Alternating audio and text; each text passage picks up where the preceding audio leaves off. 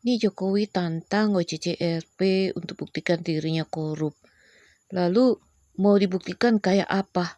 Itu LSM, itu media yang mau menunjukkan di awal. Mereka mempunyai investigasi, mereka mempunyai kontak ke negara-negara. Nah, sedangkan di sini sudah disebut di media ini bahwa media Tribun ini bahwa Lingkar Madani mengatakan Indonesia tidak mempunyai tradisi untuk mengadili mantan kepala negaranya. Lalu itulah kebiasaan yang sudah diketahui oleh Jokowi. Jadi ini yang perlu diketahui oleh masyarakat. Bukan sekedar, oh kata orang itu begitu, oke itu benar. Bukan yang seperti itu. Kalau kita lihat, itu OCCRP itu udah merupakan lembaga LSM nomor 1 ya di internasional untuk urusan korupsi. Jadi apa sih kepentingan mereka? Apakah sekedar buat-buat berita? Mungkin kalau buat-buat berita banyak berita lain yang lebih menarik ya. Tetapi pasti ada urusan mereka.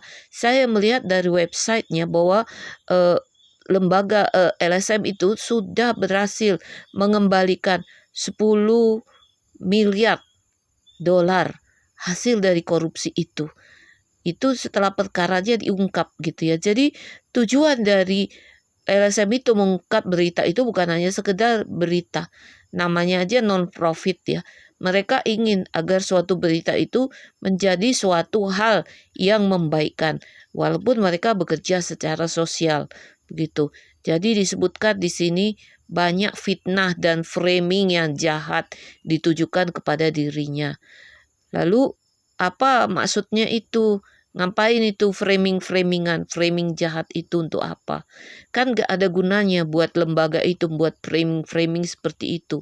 Emang kalau mereka buat framing seperti itu mereka jadi kaya. Tujuan mereka kan bukan buat kaya dan menghancurkan negeri ini, bukan. Tetapi mereka itu ingin juga mengangkat untuk perkara-perkara itu supaya ditunjukkan di mana keadilannya. Karena itulah mereka berdiri sebagai suatu organisasi dan peringkatnya secara internasional itu bukan main-main lagi. Mereka sudah punya pengalaman dan terbukti berhasil gitu. Jadi kita nggak bisa juga langsung menerima itu hanya fitnah, itu hanya framing jahat. Tolong dibuktikan. Lah dibuktikan itu memang di sini harus melalui proses pengadilan dan keamanannya bagaimana jika orang bersaksi? Apa bisa iya? Terus perkaranya kalau dilaporkan, apa bisa langsung jalan? Nah itu kan pertanyaannya. Kalau di negeri ini bagaimana proses hukumnya? Itu dulu pertanyaan. Jangan langsung kita terima-terima, itu fitnah, itu framing jahat. Bukan seperti itu. Tapi kita lihat proses di negeri ini bagaimana.